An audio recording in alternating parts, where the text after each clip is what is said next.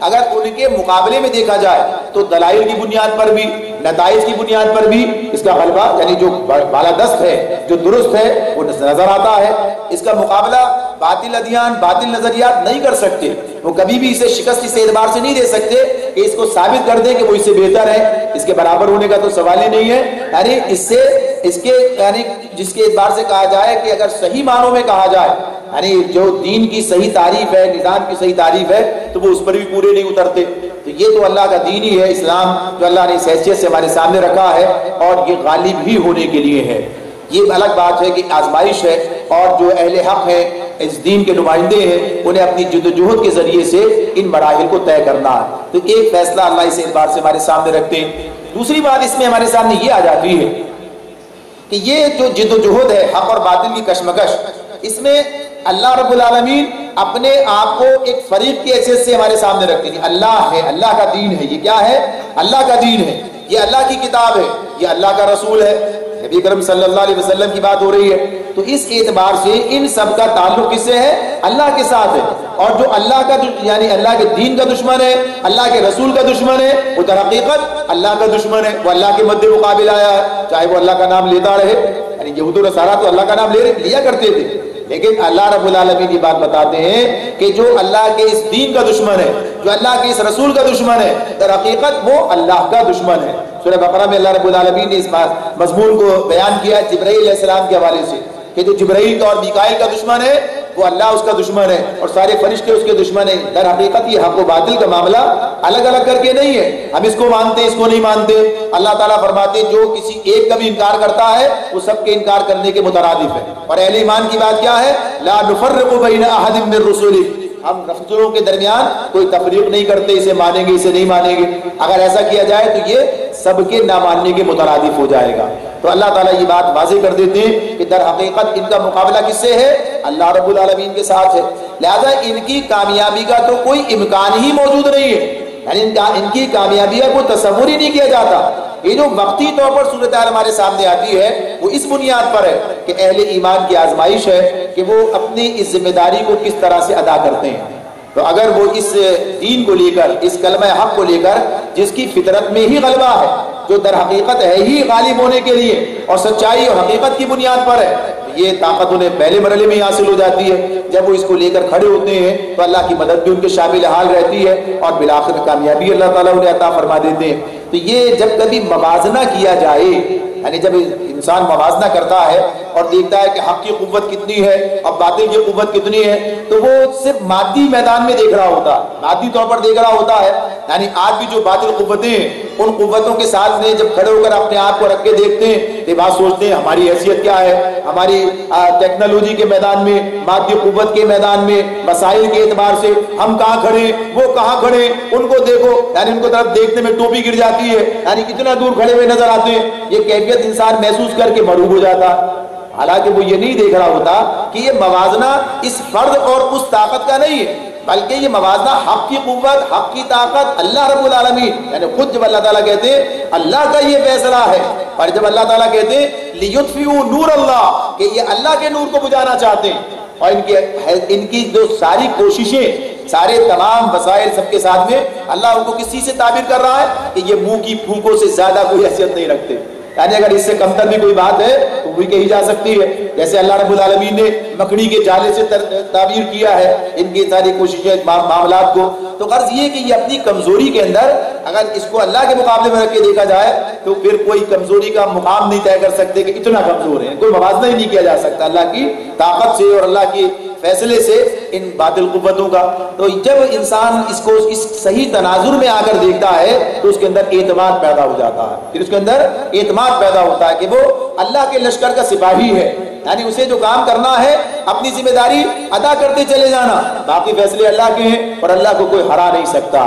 اللہ قرآن مجید میں اپنے لشکر کا ذکر کرتے ہیں، اللہ اپنے لشکر کے سپاہیوں کا ذکر کرتے ہیں، اللہ حزب اللہ کا ذکر کرتے ہیں، وہ اسی حوالے سے کہ اصلاً یہ سب ہم سب جو ہیں اس کے سپاہی ہیں اور اصل معاملہ اس کا ہے۔ تو یہ پہلے مرحلے میں تو یہ بات ہی سامنے رکھ دی گئی ہے کہ اعتماد تمہارے اندر پیدا ہونا چاہیے اللہ تمہارے ساتھ ہے اور یہ کام اللہ کا ہے اور اس کام کو کرنے میں تمہاری بہتری ہے، لہذا اس اعتبار سے تمہیں کرنے کا یہ اللہ تعالیٰ حکم دیتے ہیں۔ ورنہ جب اہل حق نہیں ہوتے تب بھی اللہ باطل کو ایک حد سے زیادہ آگے بڑھنے کی کبھی کوئی ان کے سامنے موقع انہیں نہیں ملتا، کبھی اللہ انہیں جو ہے اس اعتبار سے اس سے زیادہ کی آزادی نہیں دیتا، اور اہل حق موجود نہ ہو تو اہل باطنی میں سے ایک کو دوسرے کے ذریعے سے دفع کرتا رہتا ہے اور شر جو ہے ایک حد سے آگے نہیں بڑھنے پاتا۔ تو یہ سب نظام ہے جو قرآن مجید ہمارے سامنے رکھتا ہے۔